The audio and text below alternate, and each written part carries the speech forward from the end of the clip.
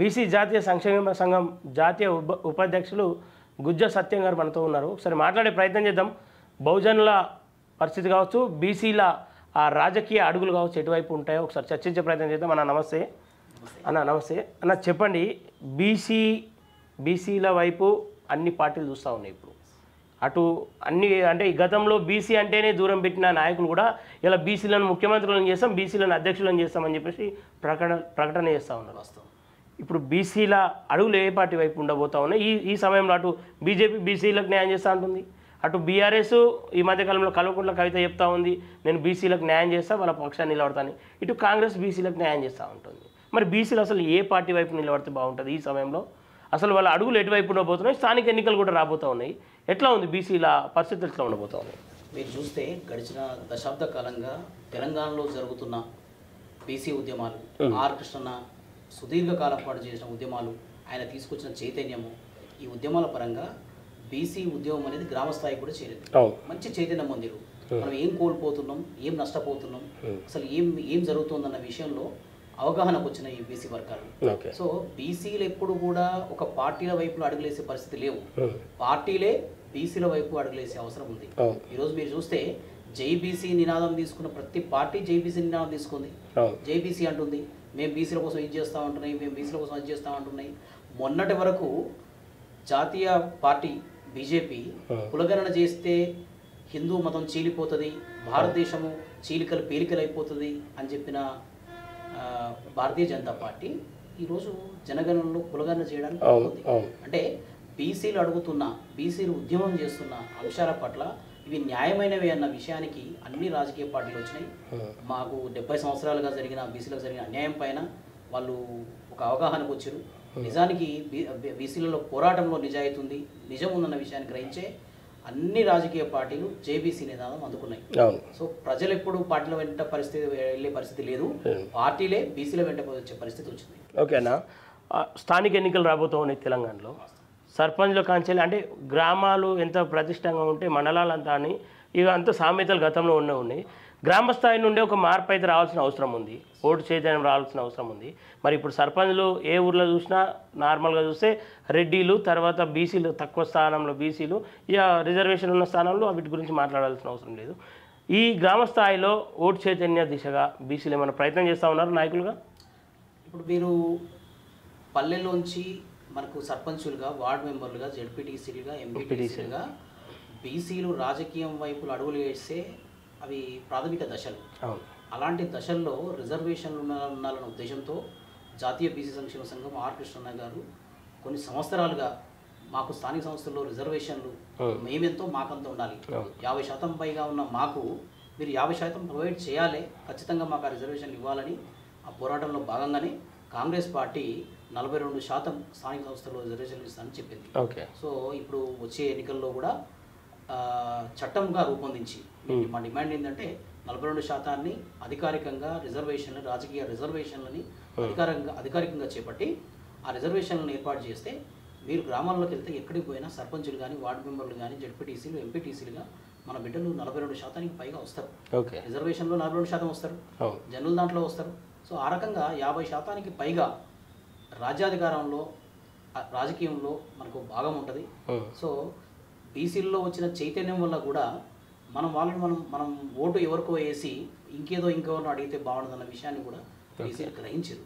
So ఈ చైతన్యం అనేది గ్రామస్థాయి వరకు కూడా వెళ్ళింది, ఇంకా వెళ్ళాల్సిన అవసరం కూడా ఉంది. దాన్ని ఇంకా గ్రామస్థాయి వరకు ఇంకా పటిష్టంగా తీసుకెళ్లాల్సిన అవసరం ఉంది. బీసీల్లో వచ్చిన చైతన్యాన్ని ఓట్ల రూపంలో మార్చాల్సిన అవసరం కూడా ఉంది. కాబట్టి మనకి ఈ చైతన్యాన్ని, ఈ ఉద్యమాన్ని ఇదే తీవ్ర స్థాయిలో ముందుకు తీసుకెళ్తూ వచ్చే స్థానిక సంస్థల ఎన్నికల్లో 60 నుంచి 70% వరకు బీసీలను గెలిపించి మనకి ఈ సర్పంచులుగా, వార్డు మెంబర్లు సాధ్యమవుతుంది అనేది అంతా కూడా ఖచ్చితంగా సాధ్యమవుతుంది. ఎందుకంటే మీరు చూస్తే గత కొంతకాలంగా అన్ని రాజకీయ పార్టీలు బీసీ జపాన్ అందుకున్నాయి. ఏ పార్టీ అయినా మేము బీసీలను గెలిపిస్తాం, మేము బీసీల పట్ల ఇది చేస్తాం, మేము బీసీల సంక్షేమం కోసం అది చేస్తున్నాం అనే చెప్తున్నాయి. మరి ఇప్పుడు అన్ని రాజకీయ పార్టీలు బీసీల పట్ల ఇంత చిత్తశుద్ధి చూపిస్తే, వాళ్ళు చూపిస్తున్న చిత్తశుద్ధి నిజమే అయితే ఖచ్చితంగా మనకంత రాజ్యాధికారంలో వాటా రావాలి. సో స్థానిక సంస్థల్లో రిజర్వేషన్ ఎట్లాగూ ఉన్నాయి, చైతన్యం ఎట్లాగూ వస్తుంది. సో ఇటు చైతన్యము, అటు రాజ్యాధికారంలో భాగము, రాజకీయ రిజర్వేషన్ ఇవన్నిటిని చూసుకుంటే ఖచ్చితంగా మనం మంచి స్థాయిలో బీసీలు రాజకీయ పదవులు పొందబోతున్నారు తెలంగాణలో. ఓకే, అంటే బీసీలలో కూడా రాజకీయ చైతన్యం ఈ మధ్య కాలంలో బలంగా వస్తూ ఉంది. కానీ పార్టీలు విభజించు పాలించు అనే కోణంలో ఒక రెడ్డిని పెట్టి 2 పార్టీలు బీసీలకు ఇస్తే బీసీలు కొట్లాడుకొని ఆ రెడ్డి గెలిచే అవకాశాలు ఉంటాయి కదా. అసలు సందర్భాల్లో ఏం చెప్పదలుచుకోరు మన బీసీలకు? వాస్తవానికి ఏ రాజకీయ పార్టీ అయినా ఇప్పుడు తెలంగాణలో ఉన్న అన్ని రాజకీయ పార్టీలు ఆధిపత్య కులాల చేతుల్లోనే ఉన్నాయి.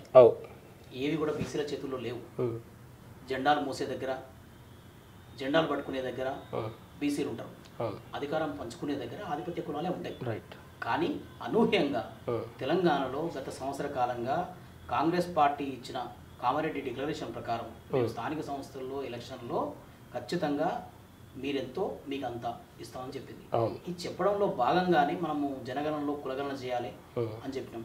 చేపట్టిన తర్వాత మనం ఎంతో నెంబర్స్ వచ్చినాయి. ఆ నెంబర్స్ ప్రకారమే స్థానిక సంస్థల్లో రిజర్వేషన్ అనే విషయాన్ని కూడా వాళ్ళు తీసుకున్నారు. ఓకే. సో స్థానిక సంస్థల్లో రిజర్వేషన్లు అనేది వచ్చిన తర్వాత రాజకీయ పార్టీలు ఇంకా ఆడాల్సిన రాజకీయ ఆటలకి స్థాయి లేదు అక్కడ, స్థానం లేదు అక్కడ. ఓకే. సో ఖచ్చితంగా ఏ పార్టీ అయినా రిజర్వ్డ్ కేటగిరీలో రిజర్వ్ స్థానాలలో బీసీలకే సీట్లు ఇవ్వాలి. ఓకే. సో అన్ని రాజకీయ పార్టీలు బీసీలకే ఇచ్చినప్పుడు ఏ పార్టీ తరఫున ఏ బీసీ గెలిచినా మాకేం నష్టం లేదు. ఓకేనా? ఏ పార్టీ వైపు వచ్చినా నష్టం లేదు. ఓకేనా? ఇటు సామాజిక తెలంగాణ అంశము కల్వకుంట్ల కవిత ఎత్తుకుంటా ఉంది. 10 ఏళ్ల కాలం వాళ్ళ తండ్రే ముఖ్యమంత్రిగా ఉండు, 10 ఏళ్ల కాలం వాళ్ళ రాజ్యం నడిచింది. అప్పుడు గుర్తుకు రాని సామాజిక తెలంగాణ ఇప్పుడు కొత్త పలుకులు వలుపుతూ కవిత బయటకు వస్తూ ఉంది. ఎట్లా ఏం చెప్పాల్సుకుంది దీనిపైన? మీరు అడిగిన దాంట్లో వాస్తవం ఉంది. 10 సంవత్సరాలు కేసీఆర్ గారి పరిపాలనలో ఉన్నప్పుడు సామాజిక తెలంగాణ అనే పదమే లేదు అసలు. సామాజిక న్యాయం లేదు, బడుగు బలైన వర్గాలను పట్టించుకున్న పాపన లేదు. ఎన్నో విషయాలను కవిత గారు ఎత్తుతున్నారు. నాన్న మనము భౌగోళిక తెలంగాణ సాధించినాం కానీ సామాజిక తెలంగాణ సాధించలేకపోయామన్నది వాస్తవం. అది ఆమె పరిపాలనలో భాగమై ఒక ముఖ్యమంత్రి కూతురై పార్టీలో ఒక ముఖ్యమైన నాయకురాలు అయి ఉండి కూడా సామాజిక తెలంగాణను మనం సాధించలేకపోయాం నాన్న అన్నది అంటే వాస్తవం. కాబట్టి ఎన్నాళ్ళంటే మా బీసీ గొంతులు నొక్కి మా గొంతులు బయటికి రానివ్వలేదు. మేము అదే మాట చెప్తున్నాం. మనం భౌగోళిక తెలంగాణనే సాధించాం కానీ సామాజిక తెలంగాణ రాలేదు. ఈ రాష్ట్రంలో ఉన్న బీసీలకు అసలు న్యాయమే జరగట్లేదు, అన్యాయమైపోతున్న విషయాన్ని చెప్తూ వచ్చాం. ఈరోజు పరిపాలనలో భాగం పంచుకున్న కవిత గారే చెప్పారు కాబట్టి అది వాస్తవం. అది బీసీలకు అన్యాయం జరిగింది.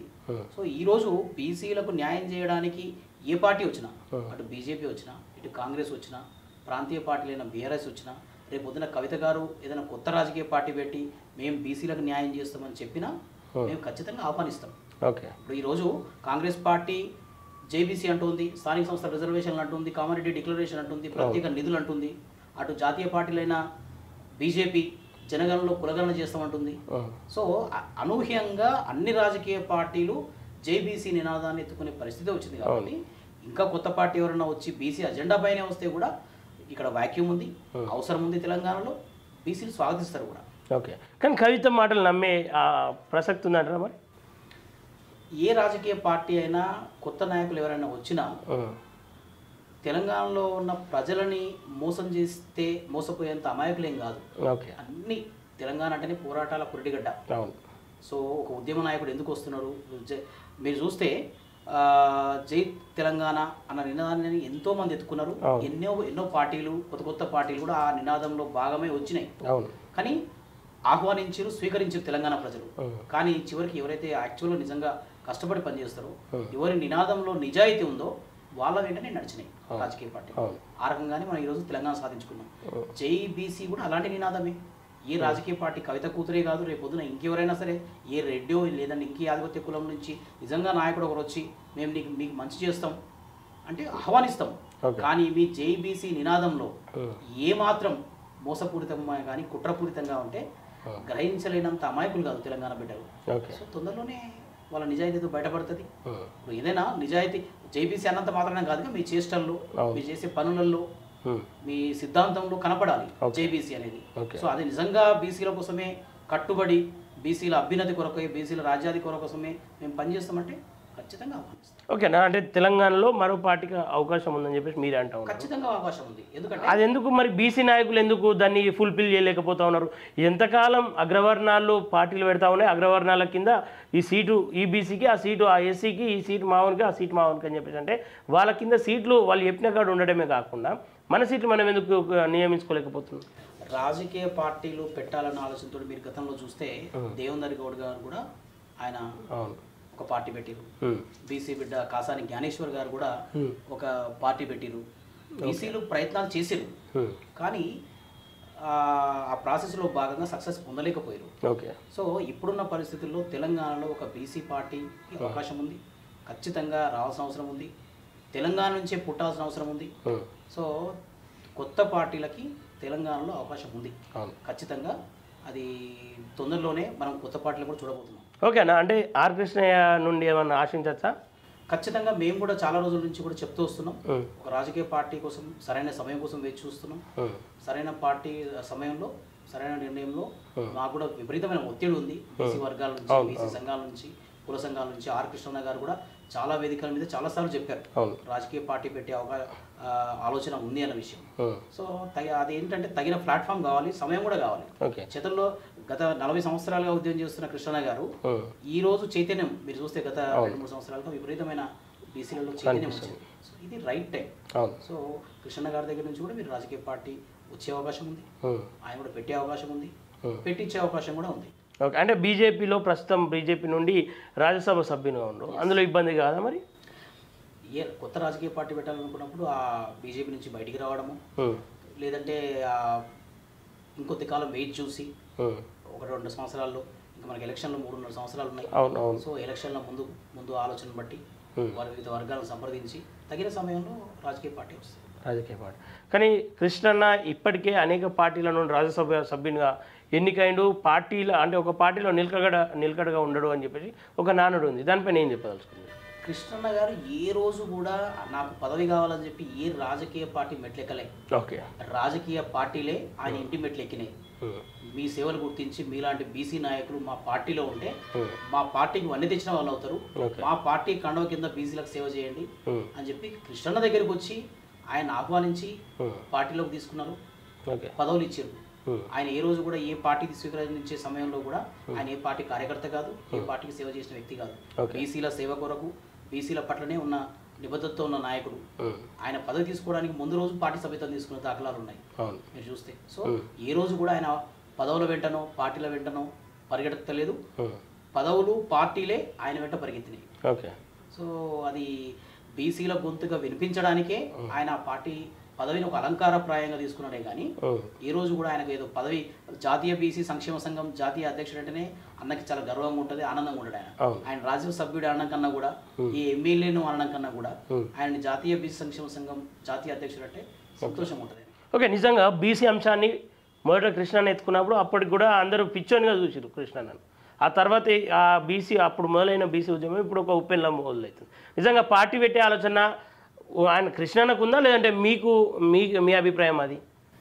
లేదు, ఆర్ కృష్ణ పలు వేదికల ముందు కూడా చాలాసార్లు చెప్పారు రాజకీయ పార్టీ పెట్టే ఆలోచన ఉంది, అది తగిన సమయంలో సందర్భంలో రాజకీయ పార్టీని ప్రకటిస్తున్నా కూడా చాలా వేదికల ద్వారా అందరి ముందు కూడా ప్రకటించారు. ఒకవేళ నిజంగా కృష్ణన్న పార్టీ పెడితే ఎట్లుంటుంది అని చెప్పేసి మీరు భావిస్తూ ఉన్నారు?